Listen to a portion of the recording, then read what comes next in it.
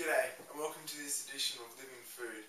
What we're going to discuss today are different teas that we can use to keep those winter blues away.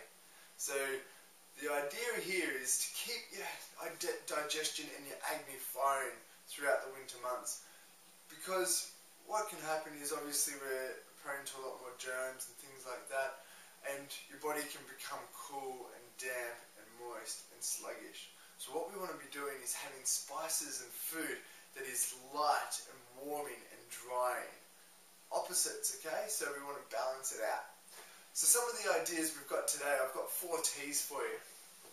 The first one is a bit, well, they're all a little bit left field from our conventional way of having a cup of tea. We usually think we get a tea bag, chamomile, peppermint or something, we stick it in a cup, put boiling water in it, and that's tea. But people have been using teas for thousands and thousands of years in different healing ways.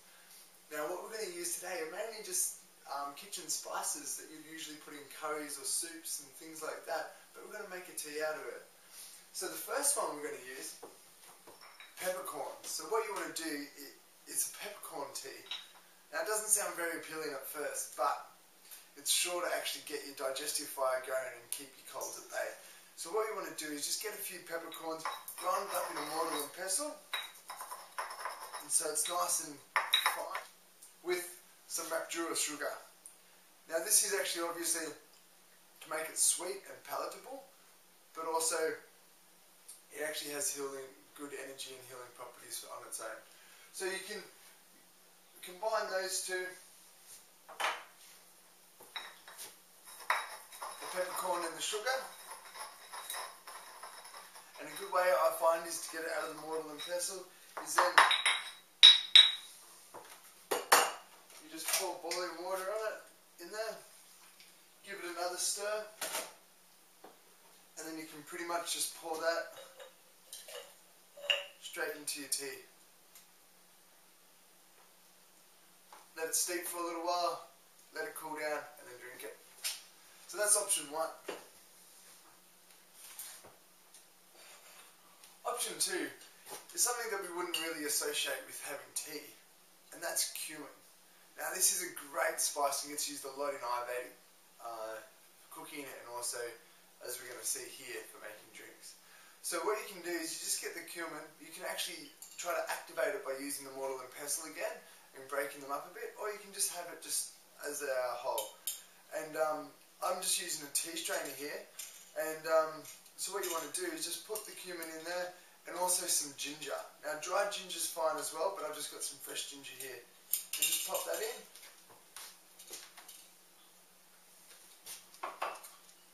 And then just pop that in the cup. And then let that steep as well. It's really good for any infections, or if you have a cold. You want to have this most nights. Try to have it every night. Yummy. So the next tea we're going to make is a really good digestive tea. Now this one's really great for getting your agni firing. Now agni in Ayurveda is your digestive fire. This is really important if we want to digest and absorb food that we eat. So you want to have this one about half an hour, 20 minutes before we actually eat. We have some coriander seeds here. So we're just going to put teaspoon of coriander seeds in, teaspoon of fennel, a teaspoon of cumin, and I'm actually going to put a teaspoon of celery seeds in here as well. This is an addition, just my own specialty, because I feel like celery seeds are actually really great antioxidants and also anti-inflammatories. So I'm just going to put a bit of that in there too, for good measure. Okay, now you might be noticing that I'm putting this all into a blender. Now it's not very ancient Ayurvedic, ancient knowledge, but it's really effective. You could use the mortar and pestle, but what you want to do is just pop it in the blender with some boiling water and get that cranking, and then have that just before you have a meal. So I'll probably put a little bit more water in than that, and you could share that amongst 3 or 4 people. So that's that one. Now my favourite, lemon, honey and ginger tea. praise this one, but we often forget to actually do it, or actually forget on how beneficial and enjoyable it can be. So this is just a really simple reminder of something that we all pretty much know. I personally like to make a cup of it, a teapot out of it. So what you want to do is pop your lemon in there,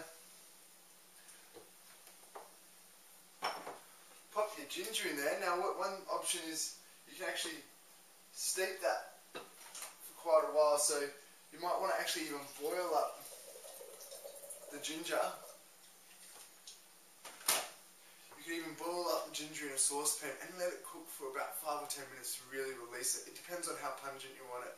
That's actually really going to get a lot of that fire happening in your tummy, so it's really great. First thing in the morning, just before a meal, or even late at night, because it really just helps you digest. And last but not least is the honey. Now I personally like to go raw organic honey. Ayurveda is really strict on the fact that you shouldn't really cook honey. Now putting this into a boiling pot is touch and go. You actually don't want to put the honey in too early. You especially don't want to put it in while it's still at boiling point. So if you can put your finger in and pull it out and it's not burning and you haven't hurt yourself, that means that it's okay to now stir the honey in. And you just stir that in clockwise, anti-clockwise, I don't think it particularly matters. And then you got yourself a lovely tea. So enjoy some of these recipes, get stuck into the kitchen, pull out the old spices, give them a go, and yeah, see how you feel afterwards. Try it for maybe 3 or 4 days just before a meal and just see if you can feel any difference in your energy level. I hope you enjoyed this video and you found it informative and you benefit from some of the teas. Until next time, stay healthy.